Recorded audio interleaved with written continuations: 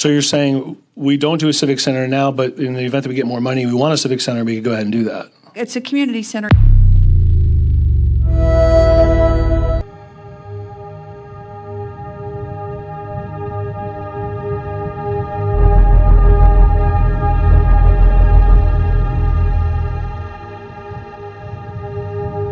In Marin County, there is a proposal to house the homeless at the Civic Center, a new community center for people experiencing homelessness. New community center on Plaster Street in Reading is up and running and helping get homeless off the street. They'll say the plan is to have a temporary warming shelter here at the West Warwick Civic Center. It will serve the homeless. The Civic Center, located near the Plaza of the Flags and the main courthouse, has long been the epicenter of homeless encampments. Yes, I just wanted to spread some clarification. I believe she was going off of a conversation that I may have had talking about homeless being able to utilize the facility. We had talked in the past about very high temperatures, 115 degrees, having a temporary shelter. And again, this would fall under that emergency management situation. The winds that we had yesterday, and you can see it did wreak havoc all over Nye County. There may have been people that were displaced, and what a great opportunity if when we build the Nye Civic Center, that could then again be for displaced community citizens. So not specifically for just a homeless shelter, but maybe a temporary reprieve. So not specifically for just a homeless shelter. So not just a homeless shelter.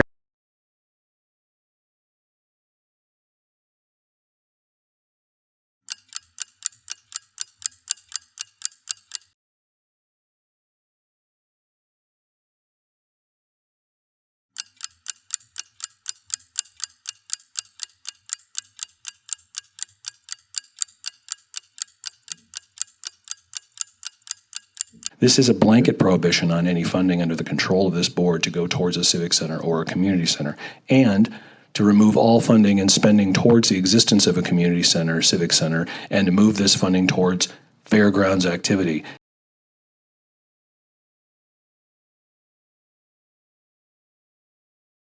Okay. Well, since we're opening this up for a big discussion, can somebody tell me what happened to that $581,000 that Commissioner Strickland motioned for to spend on design plans for a civic center, community center? Have we spent that? Can we take that back? It's designed. And it was for the whole... No, it said civic center. You want me to read it? I can read it. It was a site development plan and everything. It says civic center in the It was not just for a building, sir. It was for a plan for the entire property. So the plan for the entire property, did we spend any of that money, sir? Or we $500,000. And we own those plans. We still have So we have plans for a civic center right now. for everything. For everything. On the site. So I know we don't do simple questions very well here, but do we have plans for a civic center or not? We have plans for the entire parcel. So does that include a civic center? Yes.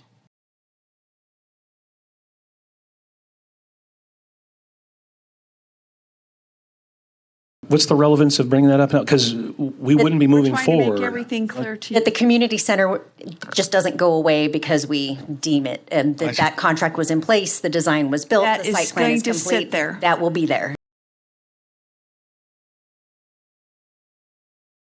The site plan is complete, meaning physically, or are you talking about a piece of paper? The document is complete. Well, why would the community center not go away if this passed, I guess? What part of the community center would resurface in the event that we all agreed to do Let's this? say that we got, may I? Sure, please, anybody. Let's say we were able to get SNPLMA money. We've had a lot of education about SNPLMA money. Should this board choose to build a community center down there, we can ask to use SNPLMA money to build that as an example.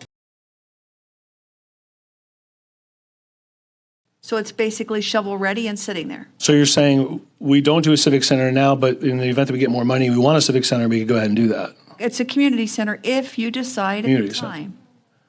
Okay, I mean, that's the whole purpose of this, is to say that we don't want, now look, a future board can absolutely reverse the actions of this board. I understand that. I'm not trying, there's nothing you can do to lock this.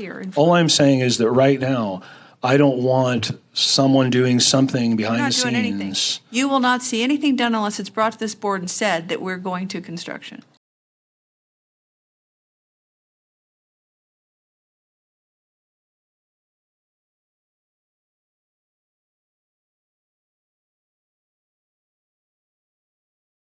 3290 Temporary Housing Village at Civic Center Drive is now open to those in our community experiencing homelessness. We provide housing stability in the form of a tiny home. It's a 64 square feet living unit. We reached out to News 8 this week, concerned about the homeless population inside the Civic Center parking garage in downtown Rochester. They complained about trash and excrement and say people are often on the ground in areas they could get run over. In Santa Ana, several key locations stand out as major concentrations of homelessness. I'm downstairs in the Civic Center, and right behind me, volunteers are setting up beds and preparing shelter for Jackson's homeless community. The Civic Center is a temporary location as local agencies and organizations continue to work on a permanent shelter in Jackson. The center will be available until the permanent homeless shelter opens. Happening at the Santa Ana Civic Center. CBS 2's Candace Crone is live in Santa Ana. And Candace, where will they all go? Well, Sharon, the goal is to put them in local shelters, but those who don't want to go told me that they're just going to end up right back on the streets. If you take a look, you can see there are still quite a few tents here at the Civic Center. A lot of the homeless haven't even started packing up. Here in the Civic Center, we have an ideal location for a year-round homeless shelter. It is right across the street from my building. Morlock is talking about the old Santa Ana bus terminal, which he says.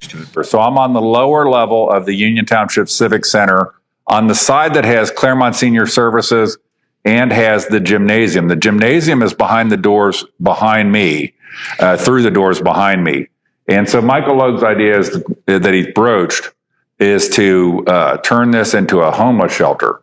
If you spent time in Denver's Civic Center Park, you know it's not always pleasant. Sometimes it's just a place to avoid. So as part of Denver 7's ongoing commitment to share all perspectives, we're going 360 tonight on the issues in Civic Center Park. The problems are hidden in plain sight. Homeless, sleeping on benches. There's not ever time when they're not there. Drug use in broad daylight. Why does it have to be out everywhere?